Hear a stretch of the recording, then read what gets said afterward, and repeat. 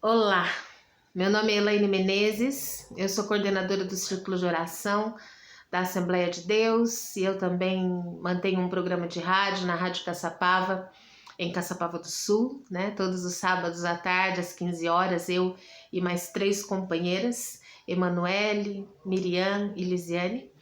E eu queria, né, nessa tarde, deixar uma mensagem para sua vida, algo que possa te edificar de alguma maneira, fazer uma meditação também acerca desse ano que está se encerrando hoje, né? O ano de 2020. E a bagagem mais pesada que eu vi, né, acontecer neste ano foi a bagagem de 2 sentimentos que têm o poder de nos paralisar. É o medo e a síndrome do pânico. Eu vi pessoas jovens, eu vi pessoas mais velhas, eu vi pessoas mais experientes, eu vi jovens, adultos e crianças sofrendo de síndrome do pânico ao longo desse ano. E como é uma sensação horrível, uma sensação difícil, a síndrome do pânico, pelo menos a que eu tive, ela te coloca meio que num abismo, sabe? Parece que você tá caindo no abismo. Você não sente o gosto de nada, você não sente alegria em nada. As suas filhas se alegram, seus filhos se alegram, mas você não consegue se alegrar com eles. Você só fica preso naquele sentimento, né? Você acorda já tremendo, seu coração tá sempre disparado, seu corpo fica tenso, parece que sempre vai acontecer o pior. É uma sensação horrível, acho que é uma das sensações piores que tem, assim, psicologicamente, é um sofrimento psicológico terrível, terrível, porque é difícil sair dele. Eu comparo esses sentimentos, a síndrome do pânico e esse medo que paralisa, a demônios, sabe? Uma vez que eles passam pela sua vida, eles sempre vão tentar voltar para casa adornada e vazia, assim que a Bíblia diz, né? Que os demônios que saem sempre tentam voltar e trazer com eles uns companheiros ainda, né? Assim é a síndrome do pânico. Depois que você tem a primeira, você tem que se cuidar para estar sempre cheio de Deus. Por isso nós precisamos tanto de Deus, sabe? Às vezes a gente precisa do psiquiatra, né? Para nos medicar, para dar um remédio para que o seu corpo possa se acalmar e você possa ouvir a palavra de Deus, para que você possa ouvir as palavras positivas das outras pessoas, mas principalmente a voz de Deus. É necessário que o seu corpo se acalme. Então, às vezes é necessário o psiquiatra para te medicar, mas você precisa estar cheio de Deus. Você precisa. As pessoas às vezes criticam tanto, por que ir na igreja, por que ter tantos cultos? Mas é porque nós que já fomos quebrados no passado, se nós não estivermos cheios de Deus, alimentados de Deus, se nós não estivermos nos cultos, no meio dos irmãos que nos alegram, que oram por nós, a nossa queda é certa. Não tem como você prosseguir depois que você é quebrado no mundo, depois que você passa por determinadas coisas na sua vida, você não tem mais como prosseguir sem Deus. Você não tem mais como prosseguir sem o Espírito Santo de Deus na sua vida. E é nesses momentos que vêm essas crises de pânico, medo, adversidades da vida, né? Medo de perder quem você ama. Essas coisas terríveis, sabe? Que mexe com a gente, que dá dor de barriga. Nesses momentos nós temos que viver o sobrenatural de Deus, nós temos que realmente acreditar que servimos um Deus extraordinário e que faz coisas extraordinárias, que faz coisas sobrenaturais. Esse é o Cristo que nós acreditamos. Veja, a palavra de Deus, eu gosto muito de puxar algo que sempre anima a minha alma, que está lá em Isaías 49, versículo 16, que diz que Deus tem o nosso nome tatuado na palma da sua mão. Então Deus tem o controle da nossa vida. Lá no versículo 14 do capítulo 49, começa assim, né? Sião diz: ó Senhor, por que me abandonaste, né? Ó Senhor, me esqueceste, não se lembra mais de mim.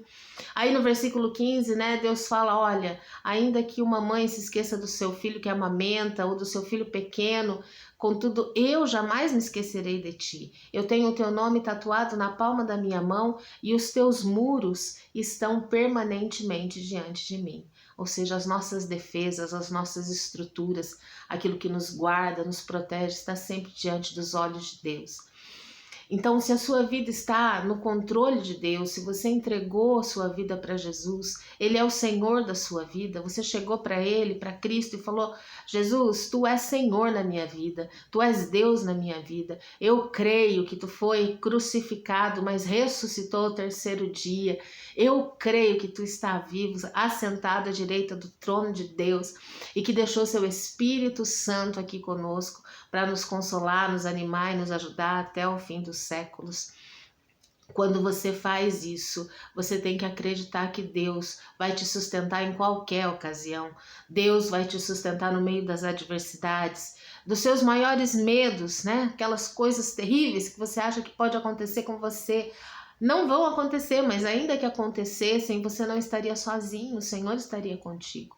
Porque nessa vida nós teremos muitas aflições. Jesus disse: no mundo tereis aflições, mas eu venci o mundo. Então nós temos que trazer à nossa memória essa presença sobrenatural de Deus. Saber que Ele nos guarda. Deus guardou José quando foi atirado no poço pelos seus irmãos. Quando foi vendido como escravo, Deus estava com José.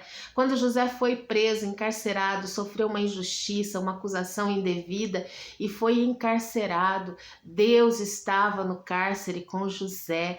Deus honrou José dentro do cárcere. Depois tirou ele de lá, mas Deus sempre esteve com ele. Quando Daniel foi jogado na cova dos leões, Deus estava com Daniel e fechou a boca dos leões. Então nós temos que trazer esse sobrenatural de Deus.